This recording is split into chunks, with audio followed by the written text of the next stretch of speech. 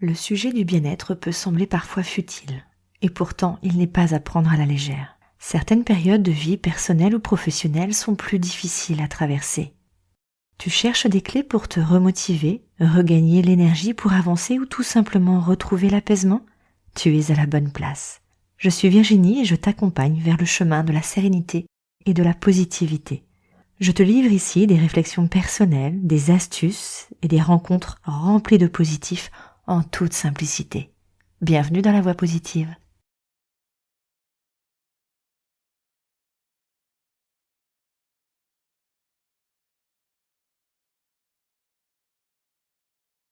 Bonjour Anne. Salut Virginie. Tu vas bien? Oh, bah écoute, oui. Oh là là. Petite larme à l'œil quand même. Oui, parce qu'on arrive déjà à Eh notre oui. 6e et dernier épisode de ce parcours absolument magnifique que tu nous as fait avec tout ton cœur, comme tu sais si bien le faire. C'est bizarre, je comprends pas. On a eu un parcours incroyable. Je vous invite à reprendre tous les épisodes si vous nous rejoignez pour la première fois. Je vous présente Anne pour nous la dernière fois, peut-être vous pour la première. Anne, notre experte transformation, humaniste au possible, le cœur ouvert et avec une intuition, mais juste d'une finesse incroyable. Anne nous partage toutes ses astuces, ou en tout cas plutôt juste une petite partie parce qu'on n'a pas le temps de tout voir. Mais elle nous propose quand même des tips hyper incroyables. Donc merci d'être là. Bah écoute, merci de m'avoir proposé. Avec grand plaisir. Aujourd'hui, pour clôturer, on refait la boucle de tout ça puisqu'on est parti d'un cycle pour pouvoir reprendre goût à sa vie dans sa généralité, comment reconnecter avec son corps, avec son intuition, cette petite voix, s'éloigner des polluants, on va peut-être le résumer comme ça, tu me corriges si c'est pas tout à fait ça, et de se réactiver intérieurement pour retrouver l'équilibre et le sens à sa propre vie, parce qu'on est là quand même pour vivre une vie agréable, la plus possible. Donc autant ouvrir toutes les portes possibles pour que ça soit équilibré, apaisé, serein et surtout hyper brillant quoi. Oui. Ça te va? Ça me va. Super. Donc le dernier épisode, quoique tu me disais qu'il y aurait peut-être des questions, on verra peut-être après à la fin, c'est ça? Petite surprise, Okay, cerise sur le gâteau, mais j'ai l'impression que tu as tellement intrigué et mis dans le circuit nos super auditeurs qu'il y aura peut-être un 7e bonus dans quelques semaines. Bon, à voir. Ok, à voir. Alors, en tout cas, sur ce parcours de libération qu'on a concocté et qu'on a imaginé dans un café après un bon repas. C'est vrai. Là, on arrive la 6e étape du parcours, qui est comment est-ce qu'on garde le sens. Comme je le disais dans la présentation, le sens, pas quelque chose qu'on a trouvé, qu'on range dans un placard. En fait, imaginez que votre vie, là, vous êtes remis en route, c'est comme si vous vous promeniez dans un paysage. Bon, au départ, vous vous promenez dans un paysage qui vous convient pas. Petit à petit, vous faites une belle vie. Une belle vie, c'est pas une vie qui correspond forcément à ce qu'on vous dit qui est une belle vie. C'est une belle vie, c'est-à-dire une vie qui vous convient. Une vie qui correspond à qui vous êtes, qui vous permet d'exploiter l'ensemble de vos capacités, qui vous rend joyeux, heureux, en joie d'être avec vous-même. Génial. Et donc, si vous êtes en joie avec vous-même, forcément, vous serez plus en joie avec les autres. Forcément. Pour pas dire qu'on vit au pays de Candy non plus, on est bien d'accord. Mais bon, ça quand même, ça aide beaucoup. En fait, quand on avance, on avance dans sa vie avec qui on est, mais on va rencontrer d'autres paysages. Donc, en fait, garder le sens, c'est aussi à des tournants, à des moments, pouvoir retrouver, parce qu'on peut être parti dans quelque chose, trouver que c'est vachement bien, disons que, je sais pas quoi, le paysage est plein de fleurs des champs, et puis tout à coup, en fait, les fleurs des champs commencent à se tarir, on cherche toujours des fleurs des champs, alors c'est plus des fleurs des champs qu'il faut trouver, c'est des dahlias, et donc à ce moment-là, il va falloir repérer la route qui mène vers les dahlias. J'adore cette métaphore. Pour nourrir son chemin, la première chose, c'est qu'il faut se nourrir soi-même. Donc là, on retrouve presque tous les épisodes précédents. Totalement. C'est-à-dire qu'il faut bien être connecté à son propre pouvoir. Donc il y a des moments où par choix ou par compromis, on l'a vu dans les relations, mais un compromis, on sait pourquoi on fait un compromis. On a laissé des bouts parce qu'on se dit ça c'est trop compliqué maintenant, que ça soit d'ailleurs professionnellement, personnellement, amicalement, enfin bon, ou même physiquement. Vous habitez dans une ville, vous auriez habité à la campagne, vice versa. Puis en fait vous dites bon bah c'est pas le moment, mais bon ça fait quand même partie de votre histoire. On retrouve son propre pouvoir et aussi le goût à sa vie et on reprend tous ces bouts-là pour construire l'étape d'après. Donc je reviens pour... Tu fais ton sac à dos pour retrouver un nouveau chemin, on est d'accord. En fait, c'est le même chemin qui se poursuit, mais c'est le paysage qui change, qui va changer. C'est-à-dire que dans votre évolution, il y a comme un paysage. Chaussures, tu mets un peu plus de vitamines et voilà. Donc, pour nourrir son chemin, il faut revenir à soi. On peut avoir un moment dans sa vie, des moments où on est très intériorisé quand on se cherche, et après des moments où on est très extériorisé parce qu'on met ça en route. En fait, c'est comme un flux et un reflux. Inspire, expire. Yin, yang. Enfin bon, après, vous prenez toutes les métaphores que vous voulez qui ont à voir avec ça, c'est un équilibre. Donc souvent, quand on est dans la question de garder le sens, c'est quand on se pose cette question-là, c'est souvent qu'à un moment, il y a des trucs qu'on a un peu laissés de côté. Donc on reprend ça pour voir est-ce que c'est toujours d'actualité ou pas. Est-ce que ça, on doit le changer? Remettre en route, on va dire, son environnement, son intuition, ses synchronicités sur la suite des épisodes. Ça, c'est une première façon de faire. Après, vous pouvez utiliser, si je reviens sur l'astrologie dont on a parlé la dernière séance, qui, comme maintenant, ceux qui ont écouté savent que ça fait partie des clés, enfin des outils que j'utilise et pour aider les personnes, c'est que si on prend la métaphore de l'astrologie, la dernière épisode, je vous disais, vous avez votre thème de naissance, c'est en général ça dont on parle quand on parle de faire un thème astral. Autour de ça, dès que vous êtes né, les planètes se sont mises à tourner autour de vous. Et donc forcément, vous allez être confronté dans cette vie, en fait, avec des choses qui ont à voir avec l'échange entre qui vous êtes et ce mouvement perpétuel qu'il y a autour de nous. Donc tout est toujours en mouvement. Oui. Tu es en train de dire qu'on peut faire des mises à jour sur son thème astral ? Oui, c'est-à-dire qu'on fait des mises à jour sur ce qu'on appelle les transits, c'est-à-dire les planètes qui passent. Donc ça, c'est aussi un moyen, quand on est vraiment un peu paumé et que c'est difficile, de pouvoir garder le sens. Autre chose, c'est que de la même façon que ça joue dans un thème astral, vous pouvez aussi, si vous êtes intéressé par ces thèmes, en regardant ce qui se passe d'un point de vue global, mieux comprendre ce qui se passe pour vous. Ouais, c'est encore des clés supplémentaires. C'est encore des clés supplémentaires. Donc ça, c'est une façon de nourrir son chemin. Numérologie, pareil. Vous êtes dans des années différentes, donc ça peut vous aider à savoir, bah là c'est vrai, c'est une année où je dois être particulièrement attentif à ça. C'est pas que ça va être la numérologie comme l'astrologie va forcer votre année, mais c'est comme si vous alliez baigner dans un environnement. D'accord. Voilà. L'autre chose aussi, c'est que quand on garde le sens, c'est quand on vieillit, il y a des choses qui changent. Et ça, c'est au-delà de ça. C'est-à-dire qu'on a des atomes différents. Là, j'enfile des perles. Hein. Mais enfin bon, on est dans des moments de vie différents. C'est important de le souligner. C'est important de le souligner parce que souvent, on peut être un peu en décalage. Et c'est comme avec les enfants, pour ceux qui en ont. Souvent, ils sont beaucoup plus loin que ce qu'on imagine. Donc, on est un peu, en fait, à la ramasse de ça. Des fois, on peut être à la ramasse de notre vie. Pas parce qu'on est à la ramasse, mais parce qu'on est encore sur un schéma d'avant. Et il faut un peu, comme avec des logiciels, il faut faire la mise à jour. C'est ça, exactement. Et ça, c'est important. Et ça, c'est une façon de garder le sens. C'est-à-dire que, et vous allez après vous rendre compte qu'il y a comme un fil dans votre vie. Alors, c'est pas dire que ce fil, tout est écrit, hein, loin s'en faut. Mais il y a une espèce de direction. Et que quand vous êtes dans cette direction, elle va prendre d'autres formes, mais ça sera toujours la même direction. Moi, j'ai beaucoup travaillé en entreprise sur des questions de transformation, c'est-à-dire des questions où il ne s'agit pas d'améliorer les choses, mais vraiment de faire les choses différemment. La première chose en entreprise sur laquelle je fais travailler le groupe, c'est de pouvoir dissocier le fond de la forme.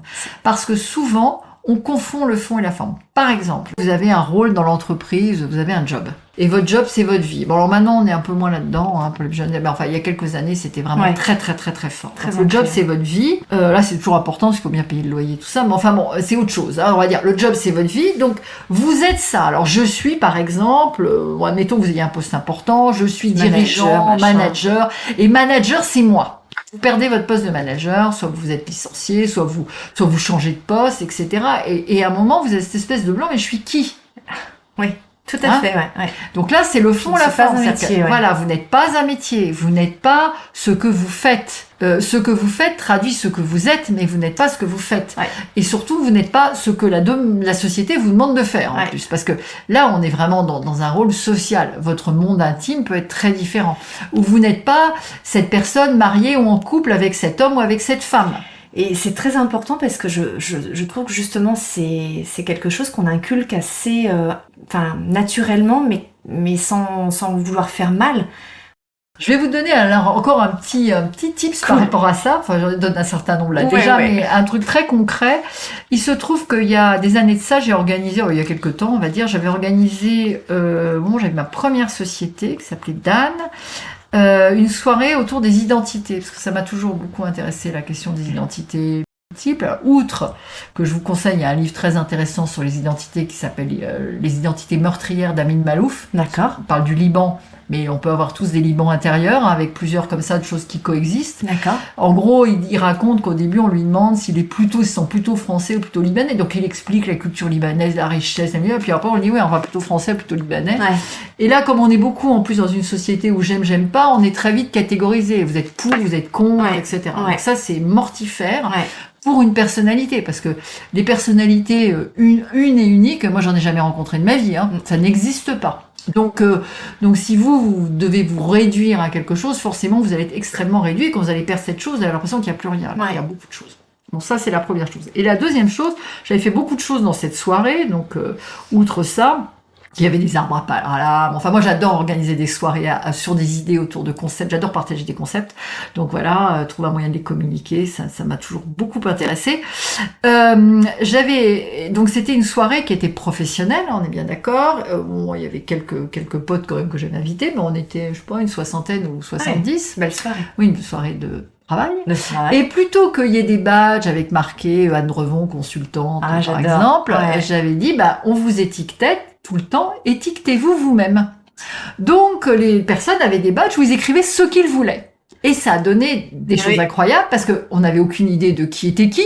C'est-à-dire que il y avait des patrons de boîte, voilà, il y avait des gens il y avait une pianiste, des gens mais qui parlaient d'autres choses et qui parlaient d'eux.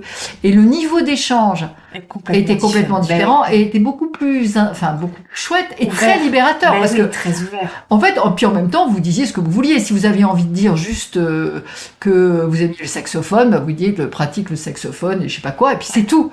Vous aviez le choix, en fait. Oui, vous auriez pas forcément dit ça à quelqu'un, je dis n'importe quoi, pareil, si c'était étiqueté thérapeute, psychologue ou quoi que ce soit, votre discours aurait été déjà différent. Alors, c'était plus que le discours, je précise, c'était des vraies étiquettes, comme vous savez, si vous êtes déjà allé dans des congrès, etc., on vous donne un badge, c'était votre badge, sauf qu'au lieu qu'il y ait marqué ce que vous faites habituellement, comme c'est marqué, il y avait marqué ce que vous vouliez mettre sur ce que vous vouliez dire de vous à ce moment-là. Et grosso modo, j'avais quand même demandé aux gens de donner 3 choses. C'était moi qui écrivais les badges à l'entrée, 3 indicateurs. Entre son nom et sa profession, quoi. Ah non, il y avait ni nom ni profession. C'est ça, ouais. Pardon. Excuse-moi, j'avais pas compris. Excuse-moi. Donc voilà. Donc ça, c'est aussi un moyen de dire au fond, de vous regarder autrement et de récupérer des choses que vous êtes à des moments où vous avez l'impression de perdre pied. C'est un exercice hyper puissant pour l'avoir vécu également quand j'ai fait ma transition. Je me suis retrouvée exactement dans ce que tu viens de décrire. Tout feu, tout flamme, j'arrive, oui, mais moi, je suis... Et là, pareil, on me dit, mais non, en fait, tu n'es pas... Mais qui tu es? Et alors là, un grand blanc. En fait, je sais pas qui je suis. Il a fallu que je redécouvre qui j'étais. Et ça, c'est super puissant. Ça a été d'une délivrance, d'une découverte dans la construction, fantastique. Alors, il y a une autre chose que je voulais dire dans Garder le sens. Donc là, c'est plutôt une sorte de warning, mais pas négatif. C'est juste pour pas que quand ça vous arrive, vous flippiez. Bon, quand on est en chemin, on s'imagine, alors on dit ouais, ça va être super. Évidemment, c'est super, hein, je me retrouve, cuit les petits oiseaux, tout ça. Et en général, il y a des moments super dark.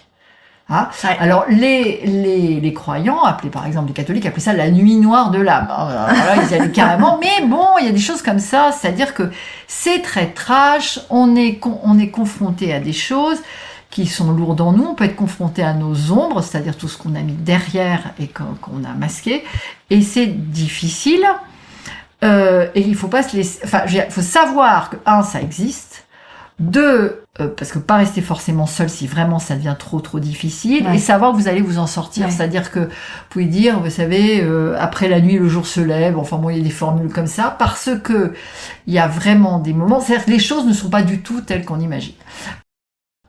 Et donc, j'allais dire, c'est important de ne pas laisser engloutir ou ne pas tout à coup se mettre à paniquer parce qu'on se dit, mais c'est quoi cette affaire? Qu'est-ce qui est en train de m'arriver? Etc., etc., etc. Ouais. Donc ça, je le dis parce que dans garder le sens, à un moment, vous pouvez être confronté. Vous pouvez aussi être confronté à de la violence extérieure, c'est-à-dire que à un moment, vous allez être tout feu, tout flamme, trouver que ça y est, vous avez enfin trouvé qui vous êtes, nanani, nana, puis en parler très tranquillement et tout, puis votre entourage va vous renvoyer quelque chose de négatif. Pourquoi? Parce que le fait que vous bougiez, alors on revient sur les relations, dans la relation, ça va générer du disconfort chez eux. Enfin, de l'inconfort, pas du disconfort, ça c'est anglais, de l'inconfort chez eux. Voilà. Donc ça, c'est, j'allais dire, dans garder le sens, il y a ne pas se laisser embarquer dans mais mon Dieu, qu'est-ce qui m'arrive, ou de gens qui vous disent, bah dis donc, je trouve que t'allais vachement mieux avant, là, depuis que tu fais ça, je trouve que tu vas pas du tout. Ça peut être le cas, mais par contre, faut vous accepter aussi le fait que oui, vous n'allez pas bien, mais vous n'allez pas bien parce que en fait, vous êtes en train de sortir quelque chose, par exemple, de vous rendre compte de quelque chose qui est lourd, ou il y a des choses qui sont en train de remonter là du fond du lac, vous les sentez dans votre dos et franchement, l'odeur n'est pas agréable. Vous voyez ? Bon, donc je dirais ne restez pas forcément seul dans ces situations, surtout si vous sentez que vous êtes en train de déraper. C'est très important. Bon, ça c'est important à accompagner. Ayez des gens autour de vous, j'allais dire, regardez parce que autour de vous, vous pouvez, je sais pas si on en a parlé de ça. On parlait de ça, c'est quand on est en chemin comme ça, il y a plusieurs cercles. Vous avez vos amis proches. Il faut toujours regarder dans ces moments-là quels sont les gens. C'est pas forcément vos amis les plus proches, mais donc vous savez que si vous leur parlez de quoi qu'il vous arrive, ils vont jamais vous juger, vous prendre comme ça, etc. Ouais. Et à ce moment-là, peut-être que c'est à ces gens-là dont il faut parler, alors que vous aurez tendance pas les mêmes gens à ce moment-là.